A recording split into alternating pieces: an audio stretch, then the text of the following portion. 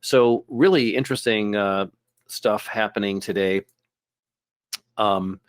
We it's, I don't know even where to begin really. I'll go back here and bring up a daily chart of the S&P. Whoops. And let me talk a little bit about it. Going back to the 16th, which was right here. Let me make this chart a little larger.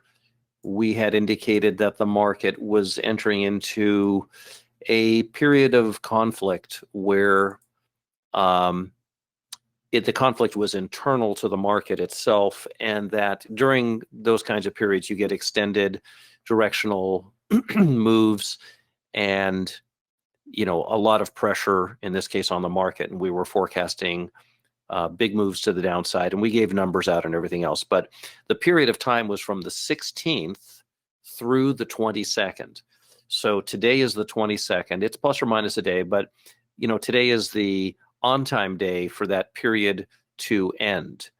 So tomorrow would be the 1 day late for that period to end. So they've really shown a lot of downward pressure during this move. If you take a look at it on a 60-minute chart, this is probably the 16th here, and this is the move hour by hour, but hour by hour by hour by hour by hour. A lot of pressure here, really pushing the market down, and now yet again at new recent lows below these. So you can see, and I told our group on Friday, don't look at your oversold indicators or anything like that and buy the market, because it's just, that's not how this is going to play out. This is going to be very, very different than that. And the market did indeed continue to move down, and today it did so as well. We also gave out an indication today that I think we were right in this area here. We said that in about 3 15-minute bars, if the market could not come back up and test 42.23, 43.23, and it wasn't able to, that it would be declining to 42.96 to 94. They did do that, and a whole lot more. We also have another forecast for today, which is from a larger chart that indicates still lower prices, although we're moving in on those prices. We're not there yet. That would occur in the second half of today that Jerry gave out in the room.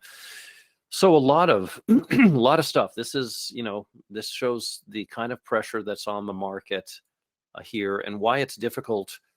A lot of approaches without the knowledge that there was a bigger force still at work here.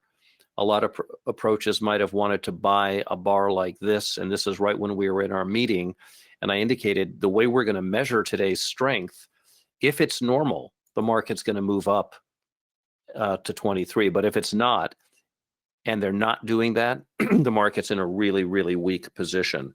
And without knowing that, it'd be very easy to keep thinking that the market's gone down enough and that you can just buy it and buy it.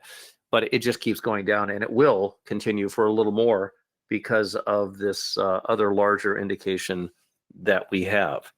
Now, I will tell you this, even if you're not in our meetings, the market tried to test a very important level to us, which is 43.56. Now, today's session got up to 43.58 and change, basically almost 43.59 in testing that. And you can see they failed at 43.56. Now, 56 is important, but it's not important directly in today's session. It's more important later, like at the end of the week or at some other time period. But those levels that often represent points in the future where a number becomes very important, that same number will be important earlier than that. And that's what we had today, where the market could not get through 56 and therefore has to go down even further than it is now in order to satisfy the principles and so on.